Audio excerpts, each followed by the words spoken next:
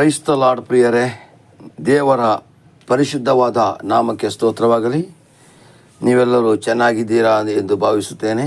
ದೇವರು ಈ ಒಂದು ವಚನದ ಭಾಗವನ್ನು ಕೇಳುವಂಥ ಪ್ರತಿಯೊಂದು ಜನಗಳನ್ನು ಆಶೀರ್ವದಿಸಲಿ. ಇನ್ನು ಮುಂದಕ್ಕೆ ಕೇಳುವಂಥ ಜನಗಳು ಮತ್ತು ಪ್ರಪಂಚದ ಎಲ್ಲೆಡೆಯಲ್ಲೂ ಕ್ರಿಸ್ತನನ್ನು ಆರಾಧಿಸುವಂಥ ದೇವ ಮಕ್ಕಳಿಗೆ ಶುಭವಾಗಲಿ. ಮತ್ತು ಬಾಕಿ ಇರತಕ್ಕಂಥ ಪ್ರತಿಯೊಂದು ವ್ಯಕ್ತಿಗಳು ಕೂಡ ದೇವರ ಕೃಪೆ ಇಳಿದು ಬರಲಿ ಎಂದು ನಾನು ಪ್ರಾರ್ಥಿಸುತ್ತೇನೆ. ದೇವರು ನಿಮ್ಮನ್ನು ಆಶೀರ್ವದಿಸಿ ಕೃಪೆಯಿಂದ ತುಂಬಿಸಲಿ. ಪ್ರಿಯರೇ, ಇವತ್ತಿನ ಒಂದು ವಚನದ ಭಾಗ ರಕ್ಷಣೆಯದ ಬಗ್ಗೆ ನಾನು ತಿಳಿಸ್ಕೊಡ್ತಾ ಇದ್ದೀನಿ. ಪ್ರಿಯರೇ, ರಕ್ಷಣೆಯ ಬಗ್ಗೆ ನಾನು ಈಗಾಗಲೇ ಕಳೆದ 2 ಸಂಚಿಕೆಗಳಿಂದ ತಿಳಿಸಿದ್ದೀನಿ. ಒಬ್ಬ ಸಹೋದರರು ಕೇಳಿದಂಥ ಒಂದೇ ಒಂದು ಕಾರಣಕ್ಕೋಸ್ಕರ ರಕ್ಷಣೆಯ ಬಗ್ಗೆ ಬರಿತಾ ಇದ್ದೀನಿ. ಪ್ರಿಯರೇ, ಇದಕ್ಕೆ ದೇವರು ನನ್ನ ಮೂಲಕ ಮಾತನಾಡಿಸಲಿ ಎಂದು ನೀವು ಪ್ರತಿನಿತ್ಯವೂ ಕೂಡ ಪ್ರಾರ್ಥಿಸಿರಿ. ದಿನನಿತ್ಯದ ಈ ಸೇವೆಗಾಗಿ ನೀವು ಸ್ತೋತ್ರ ಮಾಡಿ ಮತ್ತು ಪ್ರಾರ್ಥನೆಯನ್ನು ಮಾಡಿ. ಪ್ರಿಯರೇ, ಪ್ರೈಸ್ ದ ಲಾರ್ಡ್. ಪ್ರಿಯರೇ, ದೇವರ ನಾಮಕ್ಕೆ ಸ್ತೋತ್ರವಾಗಲಿ. ಇವತ್ತು ರಕ್ಷಣೆ ಹೊಂದಬೇಕಿದ್ರೆ ಏನು ಮಾಡಬೇಕು ಅಂತ ಹೇಳಿದಾಗ ಒಬ್ಬೊಬ್ಬ ಸಭಾಪಾಲಕರು ಒಂದೊಂದು ರೀತಿಯಲ್ಲಿ ಹೇಳ್ತಾರೆ. ದೀಕ್ಷಾಸ್ಥಾನ ಹೊಂದಿದ್ರೆ ನಿನಗೆ ರಕ್ಷಣೆ, ಪಾಪದಿಂದ ಬಿಟ್ಟು ಹೊರಗಡೆಗೆ ಬಂದರೆ ನಿನಗೆ ರಕ್ಷಣೆ, ಲೋಕದ ಕಾರ್ಯಗಳನ್ನ ಬಿಟ್ಟರೆ ನಿನಗೆ ರಕ್ಷಣೆ, ದೇವರಿಗೋಸ್ಕರ ನಿನ್ನನ್ನು ನೀನು ಸಮರ್ಪಿಸಿದ ರಕ್ಷಣೆ ಅಂತ ಹೇಳ್ತಾರೆ. ಹೌದು, ಅದೆಲ್ಲವೂ ಕೂಡ ನಿಜ. ಆದರೆ ರಕ್ಷಣೆ ಹೊಂದಬೇಕಿದ್ರೆ ನಾವು ಸರ್ಕಸ್ ಮಾಡಬೇಕಾಗಿಲ್ಲ. ನಾವು ಬೇರೆ ಬೇರೆ ರೀತಿಯಲ್ಲಿ ದೇಹ ದಂಡನೆ ಮಾಡಿ ಪ್ರಾರ್ಥನೆ ಮಾಡುವಂಥ ಅವಶ್ಯಕತೆಗಳು ಇಲ್ಲ. ಸಿಂಪಲ್ಲಾಗಿ ನಾವು ಏನು ಒಂದೇ ಒಂದು ಮೆಥಡ್ ಇದೆ ಪ್ರಿಯರೇ, ಅದನ್ನು ಪ್ರಕಾರ ನಾವು ನಂಬಿದಾಗ ನಮಗೆ ದೇವರು ರಕ್ಷಣೆ ಕೊಡ್ತಾರೆ. ಹಾಗಾದರೆ ರಕ್ಷಣೆ ಅಂತ ಹೇಳಿದ್ರೆ ಅಂದರೆ ಪಾಪದ ಲೋಕದಿಂದ ಬಿಟ್ಟು ಪರಿಶುದ್ಧವಾದ ಲೋಕಕ್ಕೆ ಬರೋದೇ ರಕ್ಷಣೆಯ ಒಂದು ಮಾರ್ಗವಾಗಿದೆ. ಪ್ರಿಯರೇ, ಆ ರಕ್ಷಣೆ ಯಾವ ರೀತಿ ಬರ್ತದೆ ಅಂದರೆ, ನರಕಕ್ಕೆ ಹೋಗಬೇಕಾದಂಥ ನಾನು, ಅಂದರೆ ಪಾಪಿಯಾದಂತಹ ನಾನು, ನರಕಕ್ಕೆ ಹೋಗಬೇಕಾದ ನಾನು ದೇವರ ಒಂದು ವಚನದ ಆಧಾರ ಪ್ರಕಾರವಾಗಿ ನಡೆದು ಪರಿಶುದ್ಧವಾಗಿ ಪರಲೋಕಕ್ಕೆ ಹೋಗಿ ದೇವರ ಒಂದು ತೋಳಿನ ತೆಕ್ಕೆ ಅಡಿಯಲ್ಲಿ ಅಥವಾ ಯೇಸುಸ್ವಾಮಿಯ ಅಂಗೈಯಲ್ಲಿ ಅಥವಾ ಯೇಸುಸ್ವಾಮಿಯ ಒಂದು ಒಳಗಡೆ ನಾವು ಸೇರಿಕೊಂಡು ಆತನ ಕೃಪೆಯಲ್ಲಿ ಜೀವಿಸುವುದೇ ಒಂದು ರಕ್ಷಣೆ ಆಗಿದೆ. ಪ್ರಿಯರೇ, ಹಾಗಾದರೆ ಇದಕ್ಕೆ ದೊಡ್ಡ ಸರ್ಕಸ್ ಮಾಡಬೇಕಾಗಿಲ್ಲ. ನಾವು ಬಾಯಿಂದ ಪಾಪ ಅರಕೆಯನ್ನು ಮಾಡಿ, ದೇವರೇ ನಾನು ಮಾಡಿದ ತಪ್ಪಾಗೋಯ್ತು, ಯೇಸುವಿನ ನಾಮದಲ್ಲಿ ನಾನು ಇನ್ನು ಮುಂದಕ್ಕೆ ಈ ಥರ ನಡೆಯೋದಿಲ್ಲ ಅಂತ ನೀವು ಹೇಳಿ, ಬಾಯಲ್ಲಿ ಹೇಳಿ, ನಂತರ ಏನು ಮಾಡಿದ್ರೆ ಪ್ರಿಯರೇ, ರೋಮಾಪುರ 10ನೇ ಅಧ್ಯಾಯ 9 ಮತ್ತು 10ನೇ ವಚನವನ್ನು ನಾವು ನೋಡೋದಾದರೆ ರಕ್ಷಣೆಯ ಇನ್ನೊಂದು ಮಾರ್ಗ ಯಾವ ಥರ ಇದೆ ಓದ್ತೀನಿ. ಪ್ರಿಯರೇ, ರೋಮಾಪುರದವರಿಗೆ ಬರೆದ ಪತ್ರ 10ನೇ ಅಧ್ಯಾಯ 9 ಮತ್ತು 10ರಲ್ಲಿ, ಅದೇನೆಂದರೆ ನೀನು ಯೇಸುವನ್ನೇ ಕರ್ತನೆಂದು ಬಾಯಿಂದ ಅರಕೆ ಮಾಡಿಕೊಂಡು ದೇವರು ಆತನನ್ನು ಸತ್ತರೊಳಗಿಂದ ಎಬ್ಬಿಸನೆಂದು ಹೃದಯದಿಂದ ನಂಬಿದರೆ ನಿನಗೆ ರಕ್ಷಣೆಯಾಗುವುದು ಎಂಬುದೇ. ಹೃದಯದ ಮೂಲಕ ನೀತಿಯು ದೊರಕುತ್ತದೆ, ಬಾಯಿಂದ ಅರಕೆ ಮಾಡೋದ್ರ ಮೂಲಕ ರಕ್ಷಣೆ ಸಿಗ್ತದೆ. ಹಾಗಾದರೆ ಪ್ರಿಯರೇ, ನೀನು ಹಣಕಾಸಿನಿಂದ ಅರಕೆ ಮಾಡೋಂಥ ಅವಶ್ಯಕತೆ ಇಲ್ಲ. ಇವತ್ತು ಏನು ಮಾಡ್ತಾರೆ ಗೊತ್ತಾ, ಲೋಕದಲ್ಲಿ ನಾವಿದ್ದಾಗ ಏನು ಮಾಡ್ತಿದ್ದಾರೆ, ಏನಾದರೂ ಒಂದು ಜ್ವರ ಬಂದ್ರೆ ಸಾಕು, ಒಂದು 5 ರೂಪಾಯಿ, 10 ರೂಪಾಯಿ, 100 ರೂಪಾಯಿ, 1000 ರೂಪಾಯಿ ಆರಾಮ ಕೆಲಸ ಮಾಡಿಸ್ತೀನಿ, ಈ ಕೆಲಸ ಮಾಡಿಸ್ತೀನಿ, ದೇವರಿಗೆ ಅರಕೆ ಹೊತ್ಕೊಳ್ತಿದ್ದೋ ಅದನ್ನು ತೀರಿಸಲಿಕ್ಕೆ ಆಗದೇ ಪುನಃ ಆ ಒಂದು ದೇವರ ಹಿಂಸೆಗೊಳಗಾಗಿ ಶೋಧನೆಗೊಳಗಾಗ್ತಿದ್ದೋ. ಪ್ರಿಯರೇ, ಆದರೆ ನಮ್ಮ ದೇವರು ಹೇಳ್ತಾರೆ, ಹಣದಿಂದ ನನ್ನನ್ನು ಅಳಿಯಬೇಡಿ. ನೀವು ಅದು ಕೊಡ್ತೀನಿ, ಇದು ಕೊಡ್ತೀನಿ, ನೀನು ಈ ಥರ ಸಕ್ಸಸ್ ಆದರೆ ನಾನು ನಿನಗೆ ಹಾಡು ಕೊಡ್ತೀನಿ, ಕಾಣಿಕೆ ಕೊಡ್ತೀನಿ, ದಕ್ಷಿಣ ಕೊಡ್ತೀನಿ, 1001 ಕೊಡ್ತೀನಿ, 2001 ಕೊಡ್ತೀನಿ ಅಂತ ಹೇಳೋಂಥ ಅವಶ್ಯಕತೆ ಇಲ್ಲ. ನೀವು ಆ ಥರ ಅರಿಕೆ ಮಾಡೋದಕ್ಕಿಂತ ಸ್ವಾಮಿ ಹೇಳ್ತಾರೆ, ನೀವು ಯೇಸುವನ್ನೇ ಕರ್ತನೆಂದು ಬಾಯಿಂದ ಅರಿಕೆ ಮಾಡಬೇಕು. ಹಾಗಾದರೆ ಯೇಸುವೇ ಕರ್ತನು ಎಂದು ಅಥವಾ ಕರ್ತನು ರಕ್ಷಕನು ಎಂದು ಬಾಯಿಂದ ಅರಕೆ ಮಾಡಿ ದೇವರು ಆತನನ್ನು ಸತ್ತರೊಳಗಿಂದ ಎಬ್ಬಿಸಿದನೆಂದು ಹೃದಯದಿಂದ ನಂಬಿದರೆ ನಿನಗೆ ರಕ್ಷಣೆ ಆಗುವುದು. ಇವತ್ತು ಏನಾಗ್ತಿದೆ ಗೊತ್ತಾ ಪ್ರಿಯರೇ, ಯೇಸು ಹತ್ರ ಬರ್ತಾರೆ, ಒಳ್ಳೆಯದಾಗ್ತದೆ, ರಕ್ಷಣೆ ಆಗ್ತದೆ ಅಂತ ಬರ್ತಾರೆ. ಯಾವ ರೀತಿಯಾಗಿ ರಕ್ಷಣೆ ಆಗ್ತದೆ ಅಂತ ಗೊತ್ತೇ ಇಲ್ಲ. ಯೇಸು ಹತ್ರ ಬಂದರೆ ಅದ್ಭುತ ಆಗ್ತದೆ, ಯೇಸು ಹತ್ರ ಬಂದರೆ ಆಶೀರ್ವಾದ ಆಗ್ತದೆ ಅಂತ ಜನ ಬರ್ತಾರೆ. ಅದೆಲ್ಲವೂ ಆಗೋದು ನಿಜ. ಆದರೆ ನೀವು ಆಶೀರ್ವಾದವನ್ನು ಹಿಡಿದುಕೊಂಡು ಆಟಾಡೋದು ಬೇಡ, ಅದ್ಭುತನ ಹಿಡಿದುಕೊಂಡು ಆಟಾಡೋದು ಬೇಡ, ರಕ್ಷಣೆಯನ್ನು ಹಿಡಿದುಕೊಂಡು ನಾವು ಪರಲೋಕ ರಾಜ್ಯಕ್ಕೆ ಸೇರೋರಾಗಬೇಕು. ರಕ್ಷಣೆ ಅಂದರೆ ಏನು?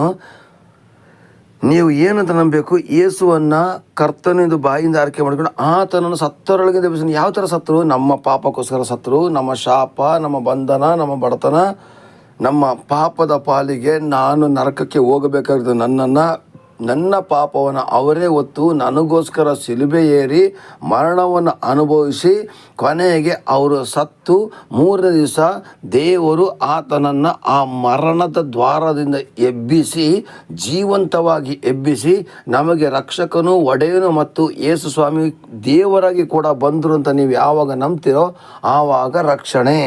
ಅದೇನು ಬಾಯಿಂದ ಹೇಳಿ ಹರಕೆ ಮಾಡೋದಲ್ಲ, ದೆವ್ವಗಳು ಕೂಡ ಬಾಯಿಂದ ಹೇಳಿ ಹರಕೆ ಮಾಡ್ತವೆ.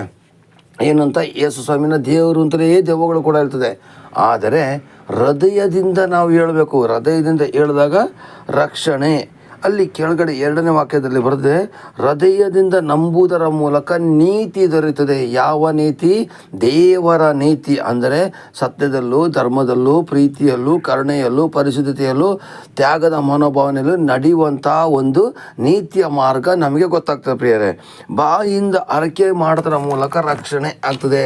ಹಾಗಾದರೆ ನೀವು ಬಾಯಿಂದ ಏನಂತ ಅರಕೆ ಮಾಡಬೇಕು? ಯೇಸುವೇ ಸ್ತೋತ್ರ, ಯೇಸುವೇ ವಂದನೆ, ಅಪ್ಪ ನೀನು ನನಗೋಸ್ಕರ ನೀನು ಸತ್ತು 3ನೇ ದಿವಸ ಎದ್ದು ಬಂದಿದ್ದೆಯಲ್ಲಪ್ಪ, ಸ್ತೋತ್ರ. ಪಾಪಿಯಾದ ನಾನು ನರಕಕ್ಕೆ ಹೋಗಬೇಕಾದ ನನ್ನನ್ನು ತಪ್ಪಿಸಿ ನೀನು ಸ್ವರ್ಗಕ್ಕೆ ಸೇರಿಸಿದ್ಯಲ್ಲಪ್ಪ, ಅದಕ್ಕಾಗಿ ಸ್ತೋತ್ರ. ಇಲ್ಲೇ ನಾನು ಪರಿಶುದ್ಧವಾದ ಜೀವಿತ ನಡೆಸಲಿಕ್ಕೆ ನನಗೆ ಅವಕಾಶ ಕೊಟ್ಟಿದ್ದಿಲ್ಲಪ್ಪ, ಸ್ತೋತ್ರ.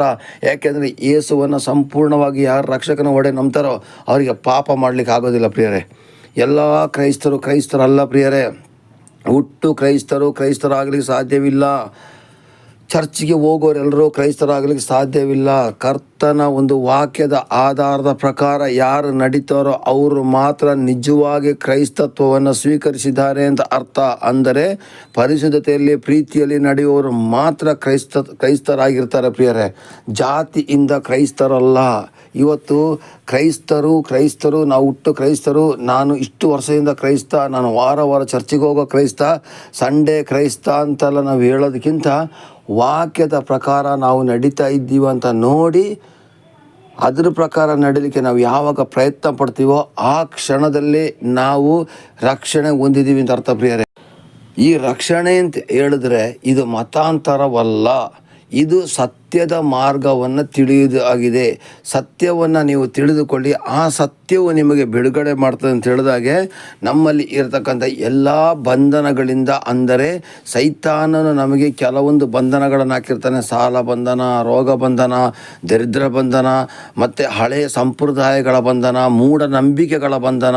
ಅಮಾವಾಸ್ಯೆಯಲ್ಲಿ ಆ ಥರ ಮಾಡಬಾರ್ದು, ಹುಣ್ಣಿಮೆಯಲ್ಲಿ ಈ ಥರ ಮಾಡಬಾರ್ದು, ಮಂಗಳವಾರ ಶುಕ್ರವಾರ ದುಡ್ಡು ಕಾಸು ಏನು ಕೊಡಬಾರ್ದು, ಈ ಥರದ ಮೂಢನಂಬಿಕೆಗಳಿಂದ ನಮ್ಮನ್ನು ಹೊರಗಡೆ ತಗೊಂಡು ಬಂದು, ಅಂದರೆ ಇಂಥ ಒಂದು ಕೆಟ್ಟ ಸಂಪ್ರದಾಯಗಳು ಯಾವುದು? ಅಮಾವಾಸ್ಯೆ ದಿವಸ ದೆವ್ವ ಇರ್ತದೆ, ಹುಣ್ಣಿಮೆ ದಿವಸ ದೆವ್ವ ಇರ್ತದೆ, ಮಂಗಳವಾರ ದಿವಸ ಯಾರಿಗೂ ಹಣ ಕಾಸು ಕೊಡಬಾರ್ದು, ಕಷ್ಟದಲ್ಲಿರೋರಿಗೆ ಸಹಾಯ ಮಾಡಬಾರ್ದು, ಈ ಥರದಲ್ಲಿ ಏನೇನೇನೇನೇನೋ ಹುಚ್ಚು ಕಲ್ಪನೆಗಳ ಮೂಢನಂಬಿಕೆಗಳಿರ್ತದೆ ನೋಡಿ. ಇಂಥದ ಬಂಧನಗಳಿಂದ ಬಿಡಿಸಿ ನಿಮ್ಮನ್ನು ಹೊರಗಡೆ ತಂದಾಗ ನಿಮಗೆ ರಕ್ಷಣೆ ಪ್ರಿಯರೇ. ಹಾಗಾದರೆ ಪ್ರಿಯರೇ, ನಾವು ಇವತ್ತಿನಿಂದ ಚರ್ಚಿಗೆ ಬರ್ತಕ್ಕಂಥ ಜನಗಳು ಯೇಸು ಸ್ವಾಮಿ ಸತ್ತು 3ನೇ ದಿವಸ ಪರಲೋಕದ ದೇವರು ಆತನನ್ನು ಎಬ್ಬಿಸಿದರು, ಅವರನ್ನು ಮರಣ ಹಿಡಿದುಕೊಳ್ಳಿಕ್ಕೆ ಸಾಧ್ಯವಾಗಲಿಲ್ಲ. ಇದಕ್ಕೆ ಪುರಾವೆಗಳು ಕೂಡ ನಾವು ಇದೆ ಅಂತ ನಾನು ಮೊನ್ನೆಯಿಂದ ಹೇಳ್ತಾ ಇದ್ದೀನಲ್ಲ ಪ್ರಿಯರೇ. ಹಾಗಾದರೆ ಪ್ರಿಯರೇ, ನಾವು ಯೇಸು ಸ್ವಾಮಿ ಸತ್ತು ಎದ್ದು ಬಂದಂಥ ಜಾಗ ಈಗಲೂ ಕೂಡ ಇದೆ ಪ್ರಿಯರೇ. ಯೇಸು ಸ್ವಾಮಿ ಎದ್ದು 40 ದಿವಸ ಓಡಾಡಿರ್ತಕ್ಕಂಥ ಜಾಗ ಈಗಲೂ ಕೂಡ ಇದೆ. ಯೇಸು ಸ್ವಾಮಿ ಅದ್ಭುತಗಳನ್ನು ಮಾಡಿದಂಥ ಜಾಗ ಈಗಲೂ ಕೂಡ ಇದೆ. ಇವತ್ತು ಕೂಡ ಚರ್ಚುಗಳಲ್ಲಿ ಅದ್ಭುತಗಳಾಗ್ತಾ ಇದೆ, ದೆವ್ವಗಳು ಬಿಟ್ಟು ಹೋಗ್ತಾ ಇದೆ, ರೋಗಿಗಳು ಗುಣ ಆಗ್ತಿದ್ದಾರೆ. ಅದೆಲ್ಲ ಯಾವುದರ ಆಧಾರದ ಮೇಲೆ? ನಂಬಿಕೆ ಆಧಾರದ ಮೇಲೆ. ನೀವು ನಂಬಿದ್ರೆ ಮಾತ್ರ ದೇವರ ಶಕ್ತಿನೇ ಕಾಣ್ತೀರಾ. ಹಾಗಾದರೆ ನೀವು ನಂಬಿ ಬಾಯಿಂದ ಅರಕೆ ಮಾಡಿ ಯೇಸುವೆ ಕರ್ತನೆಂದು, ರಕ್ಷಕನು ಒಡೆಯನೆಂದು ಮತ್ತು ದೇವರಿಂದ ನೀವು ನಂಬೋದೇ ಆದರೆ ಇವತ್ತು ನಿಮ್ಮ ಕುಟುಂಬದಲ್ಲಿ ಒಂದು ಬಿಡುಗಡೆ, ಇವತ್ತು ನಿಮ್ಮ ಕುಟುಂಬದಲ್ಲಿ ಬಂಧನದಿಂದ ಬಿಡುಗಡೆ ಆಗಿ ರಕ್ಷಣೆಯನ್ನು ಹೊಂದಿ ದೇವರ ರಾಜ್ಯ ಕಾಣೋರಾಗ್ತೀರಾ. ಹಾಗಾದರೆ ಪ್ರಿಯರೇ, ನಾವು ಅಸಡ್ಡೆ ಮಾಡದೇ ಇನ್ನು ಮುಂದಕ್ಕೆ ಯೇಸು ಸ್ವಾಮಿ ಸತ್ತವರೊಳಗಿಂದ ಎದ್ದು ಬಂದಿದ್ದೆ ನನಗೋಸ್ಕರ ಅಂತ ನೀವು ನಂಬಿ ದೇವರ ರಾಜ್ಯವನ್ನು ಕಾಣುವವರಾಗಿ ಪ್ರಿಯರೇ.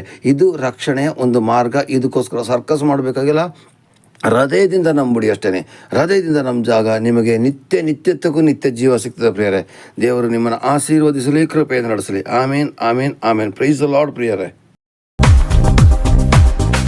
ರಕ್ಷಕ ರಕ್ಷಕ ರಕ್ಷಕ ರಕ್ಷಕ ರಕ್ಷಕ ರಕ್ಷಕ ರಕ್ಷಕ ರಕ್ಷಕ ರಕ್ಷಕ